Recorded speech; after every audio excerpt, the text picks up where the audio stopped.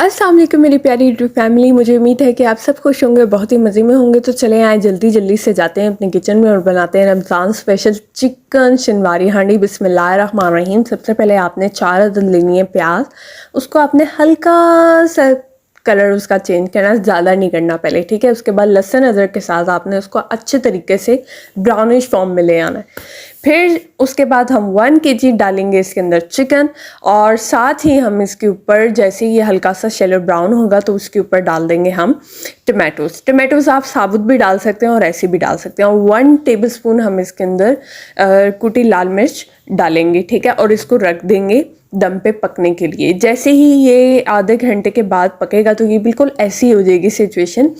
तो इसमें अब हमने लास्ट जो है ना 2 मेन इंग्रेडिएंट्स डालने हैं, वो है ज़ीरा हस्ब ज़रूरत, और हस्ब ज़रूरत हम नमक का इस्तेमाल करेंगे। और एंड पे आप इसे गार्निश करेंगे green chillies, garlic and ginger के साथ, ठीक है। तो उम्मीद है कि आपको छोटी सी रेसिपी बहुत अच्छी लगी होगी। तो चलती हूँ, मुझे अपनी दुआ में याद रखें। इंशाल्लाह नई रेसिपी में आपसे फिर से मुलाकात होगी। तब तक के लिए अल्लाह हाफ़िज़।